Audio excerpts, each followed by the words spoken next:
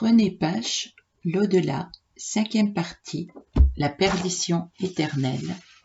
Chapitre 2. Le jugement dernier. 1. Qu'est-ce que le jugement dernier? C'est le grand et dernier règlement de compte qui aura lieu à la fin du millénium, les grandes assises où comparaîtront tous les impies de tous les temps. Après cela, il n'y aura plus que l'état éternel de l'enfer et du ciel. L'ère de la patience de Dieu est à son terme. Depuis la révolte des anges dans le ciel et la chute de l'homme dans le paradis, le Seigneur a retardé la manifestation de sa justice. Il a longuement attendu que les pécheurs se repentent et acceptent sa grâce. Il a laissé avec une mansuétude incompréhensible les méchants suivre leur mauvaise voie et se révolter toujours contre lui.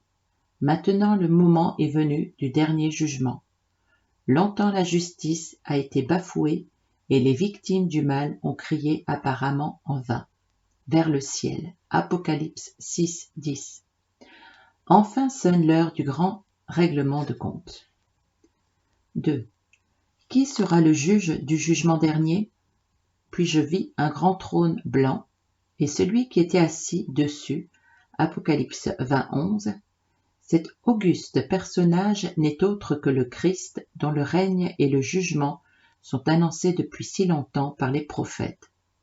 Le sceptre ne s'éloignera point de Juda jusqu'à ce que vienne le Shiloh, celui à qui appartient le sceptre, et que les peuples lui obéissent. Genèse 49, 10. Ce qui est abaissé sera élevé, et ce qui est élevé sera abaissé. J'en ferai une ruine, une ruine, une ruine. Mais cela n'aura lieu qu'à la venue de celui à qui appartient le jugement et à qui je le remettrai. Ézéchiel 21, 31, 32. Le Père a remis tout jugement au Fils. Il lui a donné le pouvoir de juger, parce qu'il est Fils de l'homme. Jean 5, 22, 27. Dieu jugera par Jésus-Christ les actions secrètes des hommes. Romains 2, 16.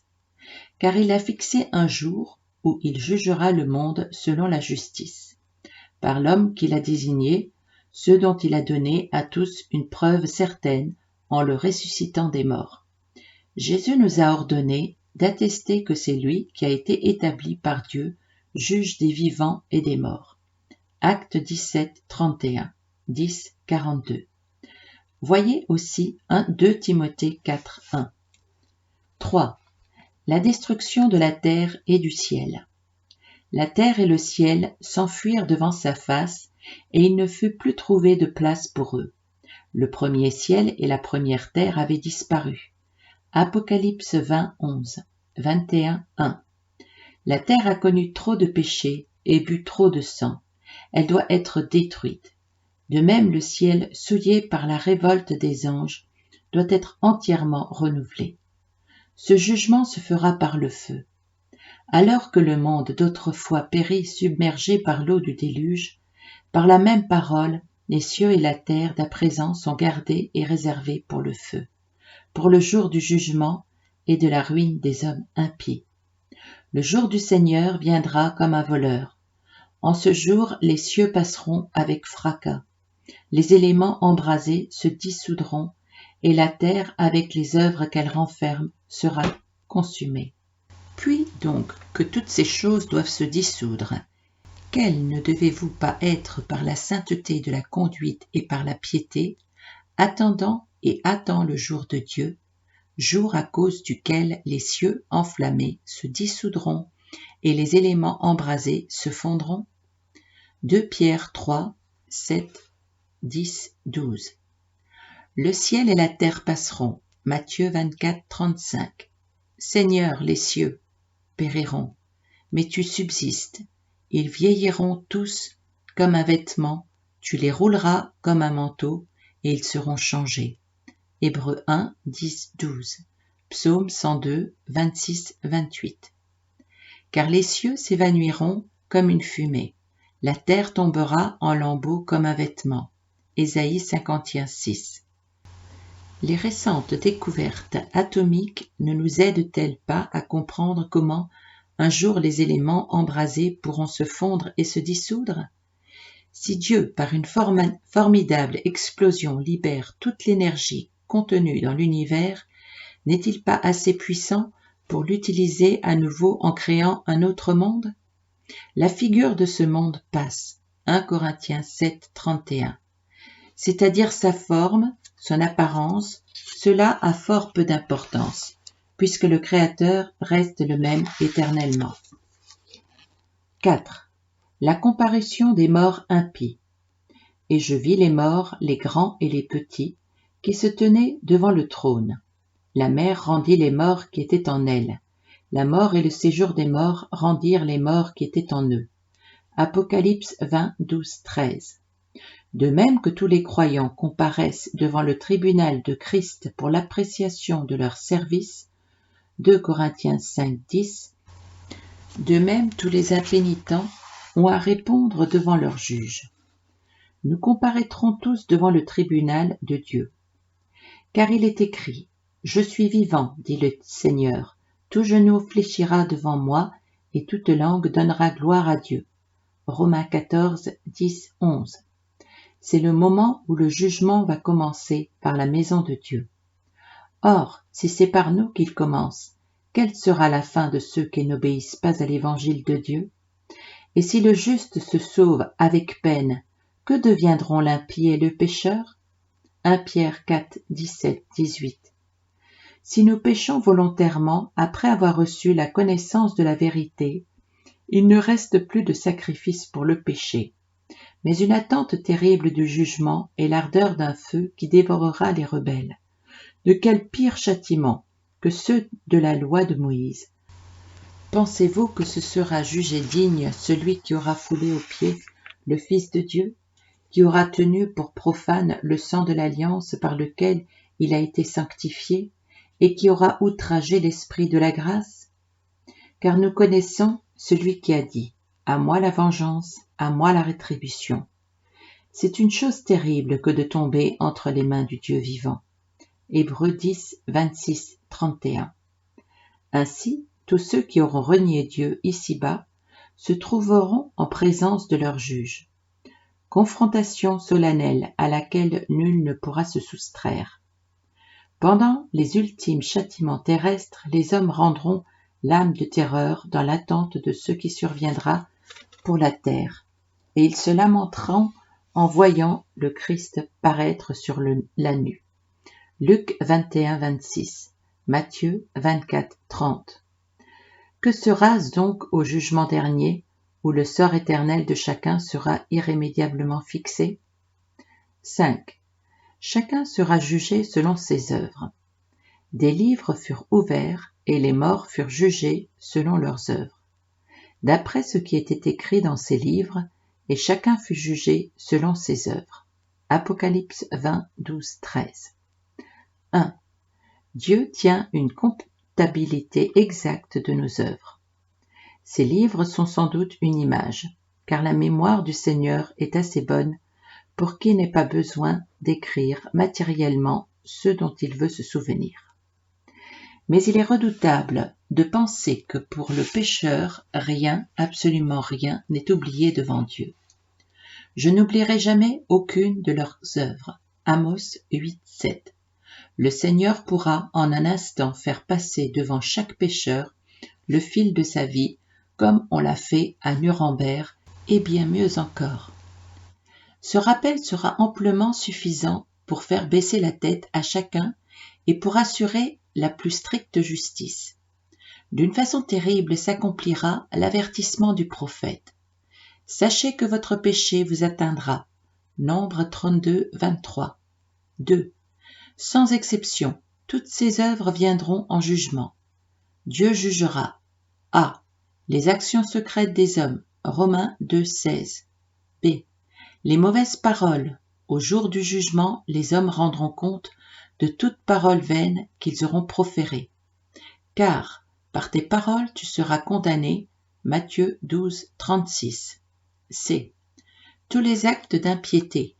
Le Seigneur est venu avec ses saintes myriades pour exercer un jugement contre tous, et pour faire rendre compte à tous les impies parmi eux de tous les actes d'impiété qu'ils ont commis et de toutes les paroles injurieuses qu'ont proférées contre lui des pécheurs impies. Jude 14, 15. D. Les péchés de jeunesse. Jeune homme, livre ton cœur à la joie pendant les jours de ta jeunesse. Marche dans les voies de ton cœur et selon les regards de tes yeux. Mais sache que pour tout cela Dieu t'appellera en jugement. Ecclésiaste 12, 1. E. Toutes les œuvres sans exception. Dieu amènera toute œuvre en jugement au sujet de tout ce qui est caché, soit bien, soit mal. Ecclésiaste 12, 16. 3. Tous ceux qui n'auront pas cru seront perdus. Nulle chair ne sera justifiée par les œuvres de la loi, celle que commande la loi divine, car il est écrit « Maudit est quiconque n'observe pas tout ce qui est écrit dans le livre de la loi et ne le met pas en pratique. » Galates 2, 16. 3, 10. Nous avons tous mérité cette malédiction, ayant transgressé la loi des millions de fois, et puisque nos meilleures actions sont forcément imparfaites devant Dieu, toute notre justice est comme un vêtement souillé. Ésaïe 64, 5.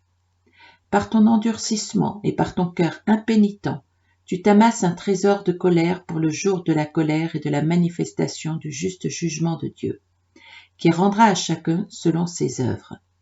L'irritation et la colère à ceux qui, par esprit de dispute, sont rebelles à la vérité et obéissent à l'injustice.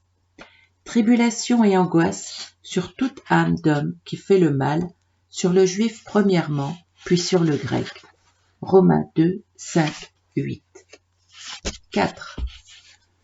Tous auront la bouche fermée, chacun étant jugé strictement selon ses œuvres inscrites dans les livres. Personne ne pourra se disculper. Il sera tout aussi impossible de nier les faits que de rejeter la faute sur autrui ou sur Dieu. Alors la parole de Jean 16, 8, 11 aura un ultime accomplissement. Les incrédules seront convaincus de péché pour n'avoir pas cru en Christ, et de jugement à l'exemple du prince de ce monde précipité avec eux dans la perdition. Comme le dit Paul, « Toute bouche sera fermée et tout le monde sera reconnu coupable devant Dieu. Il n'y a point de juste, pas même un seul. Il n'en est aucun qui fasse le bien, pas même un seul. Il n'y a point de distinction, car tous ont péché et sont privés de la gloire de Dieu. » Romains 3, 19, 10, 12, 23. 6. Comment seront jugés ceux qui n'auront pas entendu l'Évangile ? On s'est souvent demandé en effet, quels seront le sort et la responsabilité de ceux qui ont vécu avant le Christ, ou qui n'ont jamais entendu l'Évangile ? L'Écriture ne nous laisse pas sans réponse sur ce point. 1. Chacun sera jugé d'après les lumières reçues. Tous ceux qui ont péché sans la loi périront aussi sans la loi, et tous ceux qui ont péché avec la loi seront jugés par la loi. Romains 2, 12. Ce que Paul dit ici de la loi est encore plus vrai de l'Évangile. Ceux qui l'ont entendu sont considérés par Dieu comme étant infiniment plus responsables. La génération qui a repoussé le message et les miracles de Jésus-Christ sera condamnée au jour du jugement par la reine du Midi, de Séba, et les hommes de Ninive. Luc 11, 31, 32. Malheur à toi, Chorazine, malheur à toi, Bethsaïda, car si les miracles qui ont été faits au milieu de vous avaient été faits dans Tyr et dans Sidon, il y a longtemps qu'elles se seraient repenties. C'est pourquoi je vous le dis, au jour du jugement, Tyr et Sidon seront traités moins rigoureusement que vous. Et Jésus déclare encore à ses disciples, « Lorsqu'on ne vous recevra pas et qu'on n'écoutera pas vos paroles, sortez de cette maison ou de cette ville et secouez la poussière de vos pieds. Je vous le dis en vérité, au jour du jugement, le pays de Sodome et de Gomorrhe sera traité moins rigoureusement que cette ville-là. Matthieu 11, 20, 24, 10, 14, 15. Le serviteur qui, ayant connu la volonté de son maître, n'a rien préparé et n'a pas agi selon sa volonté, sera battu d'un grand nombre de coups. Mais celui qui, ne l'ayant pas connu, a fait des choses dignes de châtiment, sera battu de peu de coups. On demandera beaucoup à qui l'on a beaucoup donné, et on exigera davantage de celui à qui l'on a beaucoup confié. Luc 12, 47, 48. Jésus dit encore aux faux croyants de son temps, « Malheur à vous, scribes et pharisiens hypocrites, parce que vous dévorez les maisons des veuves, et que vous faites pour l'apparence de longues prières à cause de cela. Vous serez jugés plus sévèrement. » Matthieu 23, 14. 2. Cependant, même sans l'Évangile, les païens sont responsables devant Dieu. D'après Paul, le Seigneur a accordé aux hommes 3 révélations. Petit a, la création, où ses perfections invisibles, sa puissance éternelle et sa divinité se voient comme à l'œil. Romains 1, 19, 20. Petit b, la conscience, dans laquelle Dieu a imprimé les grands principes de la loi par la notion du bien et du mal. Romains 2, 14, 15. C. L'écriture, révélation suprême, où l'amour et la justice de Dieu, son salut et sa condamnation sont proclamés aux pécheurs. Romains 2, 17, 20. Or, tous les païens, sans exception, bénéficient des 2 premières révélations.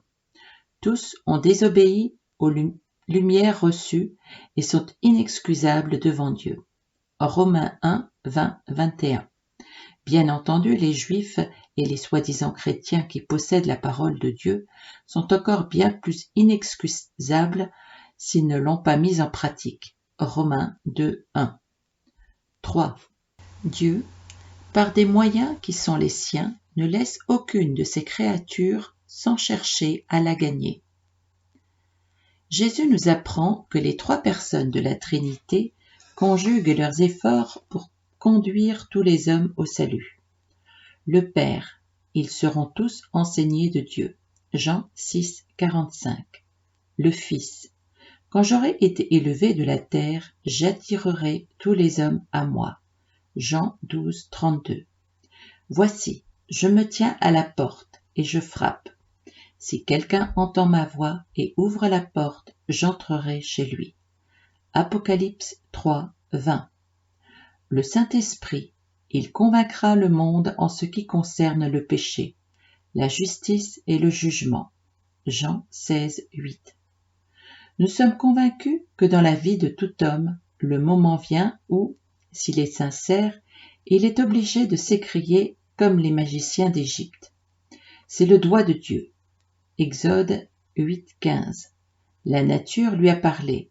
Sa conscience l'a convaincu de péché et le Saint-Esprit frappe à sa porte pour mettre en lui la nostalgie de la vie éternelle. Le malheur est qu'arrivé à ce point-là, la majorité des hommes choisissent de rester dans les ténèbres pour n'avoir pas à quitter leur péché. Jean 3, 19. Quant aux âmes sincères, ils s'en trouvent heureusement toujours, elles sont au bénéfice de cette belle promesse. La lumière se lève dans les ténèbres pour les hommes droits. Psaume 112, 4.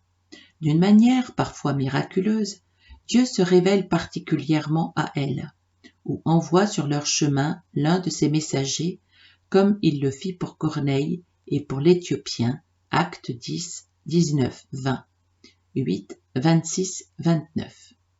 Ainsi, lorsque sonne l'heure de quitter ce monde, tout homme a reçu assez de lumière pour accepter ou rejeter Dieu, de sorte que sa responsabilité est entière. 4. Un païen ignorant mais sincère pourra-t-il être sauvé? Qu'arrivera-t-il à un païen convaincu de ses fautes et sincèrement repentant, qui n'aura pas eu l'occasion d'entendre clairement l'Évangile? Nous croyons que le Dieu omniscient sait parfaitement si cet homme, mis en présence de la vérité, l'aurait accepté ou non. Et nous ne connaissons pas tout ce que le Seigneur pourra faire. avant la mort de ce pécheur pour accomplir en sa faveur les promesses de Jean 6, 45 et 12, 32, citées ci-dessus. En tout cas, s'il pardonne à cet homme, ce sera non à cause de sa seule sincérité, mais à cause de Jésus-Christ, victime expiatoire suffisante pour les péchés du monde entier. 1 Jean 2, 2. D'une manière analogue, les pécheurs repentants de l'ancienne alliance obtenaient le pardon à cause du Messie qui devait venir un jour mourir à leur place. David, adultère et criminel, a su que sa transgression lui était remise. Psaume 32, 1, 5. Légalement, c'était injuste, et certains purent se demander si Dieu ne se faisait pas ainsi le complice du mal. Mais plus tard, en laissant mourir son propre Fils pour nous tous sur la croix, Dieu manifesta toute sa justice, tandis qu'il avait laissé impunis les péchés commis auparavant, au temps de sa patience. Romains 3, 25. Si le sacrifice de Christ a pu sauver les hommes encore peu éclairés de l'ancienne alliance, ne pourra-t-il pas apporter aussi quelque chose aux païens ignorants qui obéissent de toute leur âme aux lumières reçues? Quelqu'un dira peut-être, s'il en est ainsi, à quoi bon aller évangéliser les païens? Les sincères parmi eux parviendront quand même au salut. Parler ainsi serait méconnaître deux choses. Petit a. À cause des affreuses ténèbres dans lesquelles ils vivent, combien y a-t-il de ces païens sincères? Les corps sont souillés, les consciences perverties, et leurs cœurs envoûtés par les mauvais esprits. Ayons pitié de leurs souffrances et de leur abandon spirituel, et hâtons-nous de leur porter la lumière. Nous avons tant reçu qu'il nous sera infiniment redemandé. Gardons-nous de refuser d'entendre l'appel pathétique de Paul. Comment donc invoqueront-ils celui en qui ils n'ont pas cru? Et comment croiront-ils en celui dont ils n'ont pas entendu parler? Et comment en entendront-ils parler s'il y a personne qui prêche? Ainsi la foi vient de ce qu'on entend. Romains 10, 14, 17. Comment échapperions-nous si nous négligions de transmettre un si grand salut? B. La vie d'un païen, même sincère, n'est-elle pas comme écrasée par le fardeau du péché personnel et ambiant et privé des célestes certitudes? Comment cet homme, ignorant l'Évangile, goûterait-il la paix et la joie du salut, après lequel il ne peut que soupirer? Et nous pourrions jouir égoïstement de ces bénédictions sans tenir le brûlant désir de les partager avec lui? Non, rien ne saurait nous dégager du devoir d'évangéliser toutes les âmes qui sont encore sous l'empire de Satan et la menace du châtiment éternel. 7. Le livre de vie. Revenons à la scène du jugement dernier. Et un autre livre fut ouvert, celui qui est le livre de vie. Quiconque ne fut pas trouvé écrit dans le livre de vie fut jeté dans l'étang de feu. Celui qui vaincra, je n'effacerai point son nom du livre de vie. Tous les habitants de la terre l'adoreront, la bête, ceux dont le nom n'a pas été écrit dès la fondation du monde dans le livre de vie de l'agneau qui a été immolé. Apocalypse 20, 12, 15, 3, 5, 13, 8. En ce temps-là, ceux de ton peuple qui seront trouvés inscrits dans le livre seront sauvés. Daniel 12, 1. Paul parle de ses compagnons d'œuvre, dont les noms sont dans le livre de vie. Philippiens 4, 3. Moïse, intercédant pour son peuple, s'écrie : Pardonne maintenant leurs péchés, sinon efface-moi de ton livre que tu as écrit. L'Éternel dit à Moïse : C'est celui qui a péché contre moi que j'effacerai de mon livre. Exode 32, 32, 33. Et le psalmiste ajoute en parlant des impies : Qu'il soit effacé du livre de vie et qu'il ne soit point inscrit avec les justes. Psaume 69, 29. Vous vous êtes approchés de l'assemblée des premiers-nés inscrits dans les cieux. Hébreux 12, 22, 23. Jésus enfin déclare : « Ne vous réjouissez pas de ce que les esprits vous sont soumis, mais réjouissez-vous de ce que vos noms sont écrits dans les cieux. » Luc 10, 20. Ainsi donc, Dieu inscrit dans son livre tous ceux qui sont sauvés par la foi. Mais il est trop tard pour croire, au moment du jugement dernier.